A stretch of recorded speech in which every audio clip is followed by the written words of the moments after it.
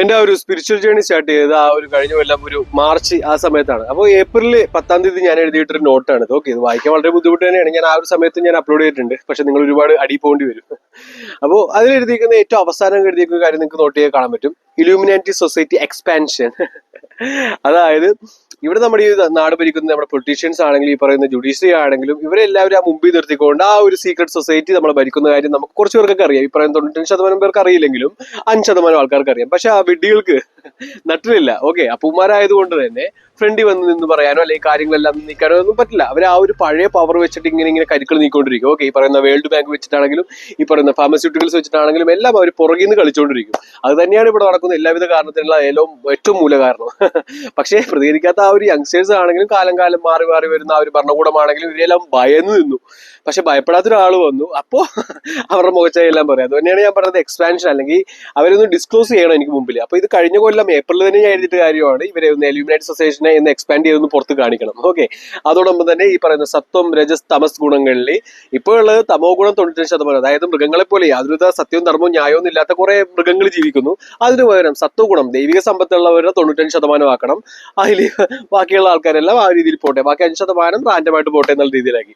അപ്പോൾ ഇതിനുവേണ്ടിയാണ് എൻ്റെ ഒരു 4 ലൈഫായിട്ടുള്ള ആ ഒരു ലക്ഷ്യങ്ങൾ. ഇതാണ് ആദ്യത്തെ ലക്ഷ്യം. അതായത് ആ ഒരു കുഞ്ഞിന്റെ ആ സൈഗോട്ട് മുതൽ അതിനെ പ്യൂറായിട്ട് ജീവിപ്പിക്കണം. അതായത് ആ കുഞ്ഞിനുള്ള പ്രാണവായു, ശുദ്ധമായ ഭക്ഷണം, ജീവിത സാഹചര്യം ഇതെല്ലാം കൊടുക്കാനുള്ള എല്ലാവിധ കാര്യങ്ങളും എനിക്ക് ചെയ്യണം. അതോടൊപ്പം തന്നെ രണ്ടാമത്തെ കാര്യം ഭഗവത്ഗീത, ഖുർആൻ, ബൈബിൾ ഇതെല്ലാം ഒന്ന് തന്നെയാണെന്ന് പഠിപ്പിക്കണം.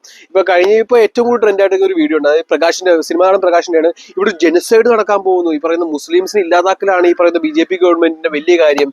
അപ്പോ ഇതെന്ന് വെച്ച് കഴിഞ്ഞാൽ നോർമലായിട്ടുള്ള കാര്യം. ഈ ലോകത്ത് ഏറ്റവും കൂടുതൽ നോർമലായിട്ടുള്ള ആൾക്കാർ ഈ കാര്യങ്ങൾ അറിയുന്നത് എല്ലാം അവരുടെ ഒരു കുക്കഡപ്പ് സ്റ്റോറി ആയിരിക്കും. ഈ പറയുന്ന പ്രകാശ് ആണെങ്കിലും അവർക്ക് ഈ പറയുന്ന 2030 അജണ്ടയും കാര്യമൊന്നും അറിയില്ല. പക്ഷേ ഇവർക്കറിയാം, ടോപ്പുള്ളവർക്ക് അറിയാം.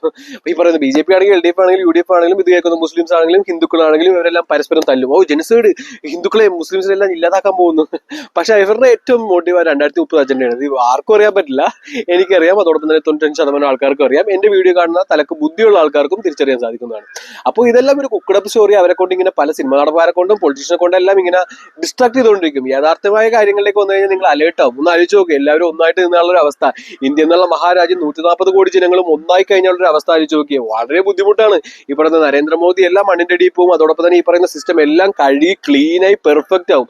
അവരുടെ ഈ പറയുന്ന വിഡിത്തരൊന്നും നടക്കില്ല. നമ്മുടെ കുഞ്ഞുങ്ങളെല്ലാം സംരക്ഷിക്കപ്പെടും. അപ്പോൾ അതൊരിക്കലും അവർക്ക് ചെയ്യാൻ സാധിക്കില്ല. അപ്പോൾ യൂണിറ്റി ഇല്ലാത്ത രീതിയിലാക്കണമെങ്കിൽ ഈ പറയുന്ന ജെനസൈഡ് കൊണ്ടുവരുന്നു ഇങ്ങനെയെല്ലാം ഡിസ്ട്രാക്ട് ചെയ്തുകൊണ്ടേ ഇരിക്കണം.